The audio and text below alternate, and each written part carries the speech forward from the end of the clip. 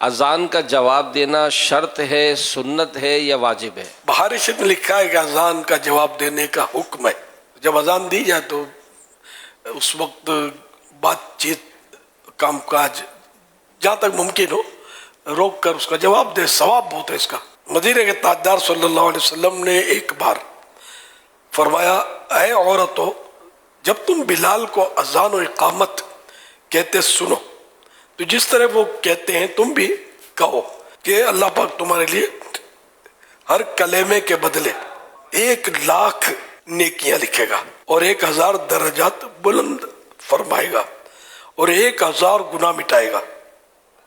خواتین نے سن کر عرض کی، یہ تو عورتوں کے لیے ہے، مردوں کے لیے کیا ہے؟ فرمایا مردوں کے لیے دگنا یعنی ڈبل۔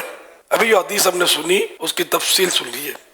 اللہ اکبر اللہ اکبر یہ 2 کلمات ہیں۔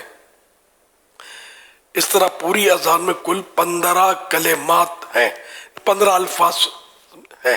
اگر کوئی اسلامی بہن ایک اذان کا جواب دے، یعنی مؤذن صاحب جو کہتے جائیں اسلامی بہن بھی دہراتی جائے، تو اس کو 15,00,000 نیکیاں ملیں گی، 15,000 درجات بلند ہوں گے۔ 15,000 درجات نے گریڈز، 15,000 میں 15,000 گریڈز اپ ہوں گے، تو 15,00,000 میں 15 لاکھ نیکیاں ملیں گی اور 15,000 اور 15,000 گناہ معاف ہوں گے۔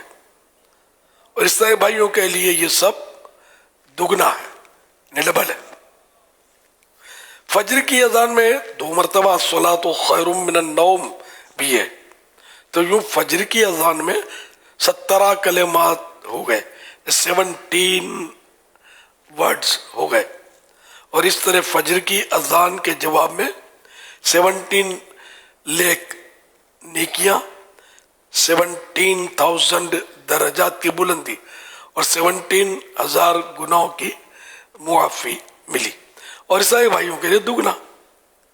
اقامت میں 2 مرتبہ قد قامت الصلاۃ بھی ہے، یوں اقامت میں بھی 17 کلمات ہوئے، یعنی 17 ورڈز ہوئے۔ تو اقامت کے جواب کا ثواب بھی فجر کی اذان کے جواب جتنا ہوا۔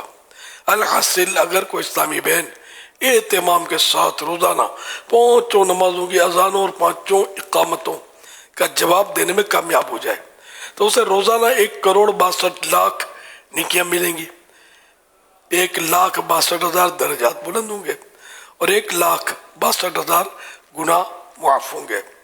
اور اسلامی بھائی کو دگنا یعنی 3,24,00,000 نیکیاں ملیں گی، 3,24,000 درجات بلند ہوں گے اور 3,24,000 گناہ معاف ہوں گے۔ تو یوں بہت ساری نیکیاں اذان میں لوگ مصروف ہوتے ہیں، بات چیت کر رہے ہوتے ہیں، جو کر رہا ہے وہ کر رہے ہوتے ہیں، جاری ہوتا ہے، مطلب جو اس کا کوئی نوٹس نہیں لیتے، ایزی لے رہے ہوتے ہیں۔ تو ایسا نہیں کرنا چاہیے، اذان ہو تو سائلنٹ ہو کر جواب دینا چاہیے۔ اب جگہ جگہ سے اذانوں کی آوازیں آ رہی ہیں، تو یہ کہ ہر اذان کا جواب تو ہر ایک دے نہیں سکتا، دے تو بھی صحیح ہے، ثواب ہے، نہ بھی دے تو ایک اذان کا جواب دے دیا تو وہ کافی۔ اب اپنے بات چیت کاروبار میں لگ گیا تو کوئی حرج بھی نہیں ہے۔ تو یہ تحریک کیسے چلے؟ یہ بالکل تحریک ہو جائے، بالکل مومنٹ چل جائے کہ نہیں یار بس یہ اذان کا جواب دینا ہے، بس اذان کا جواب دینا ہے۔ مارکیٹوں میں بھی ادھر یہاں وہاں اذان کی آواز آتی ہے تو کوئی نوٹس کرتا نہیں ہے، جنرلی تو مسجد میں بھی نہیں کرتے۔ گھر میں اسلامی بہنیں کچن میں ہیں، کام کر رہی ہیں، پکا رہی ہیں، موبائل پہ باتیں کر رہی ہیں، اذان کی آواز آ بھی رہی ہوتی ہے، نہ ان کا پکانا بند ہوتا ہے۔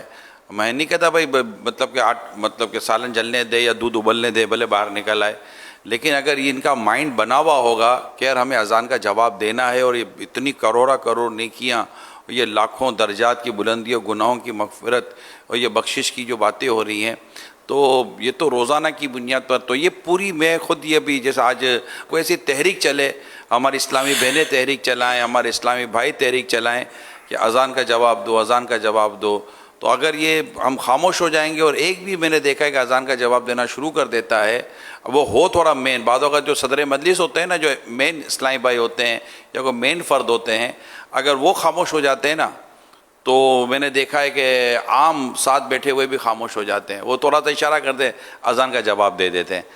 تو یہ ماشاءاللہ دیتے ہیں اسلام اگر مل جل کے کریں تو. جیسے ہمارے حلقہ نگران بنے ہوئے اب ماشاءاللہ یہ پتہ نہیں کتنے 100 یا سینکڑوں ان کے ماتحت ہوں گے.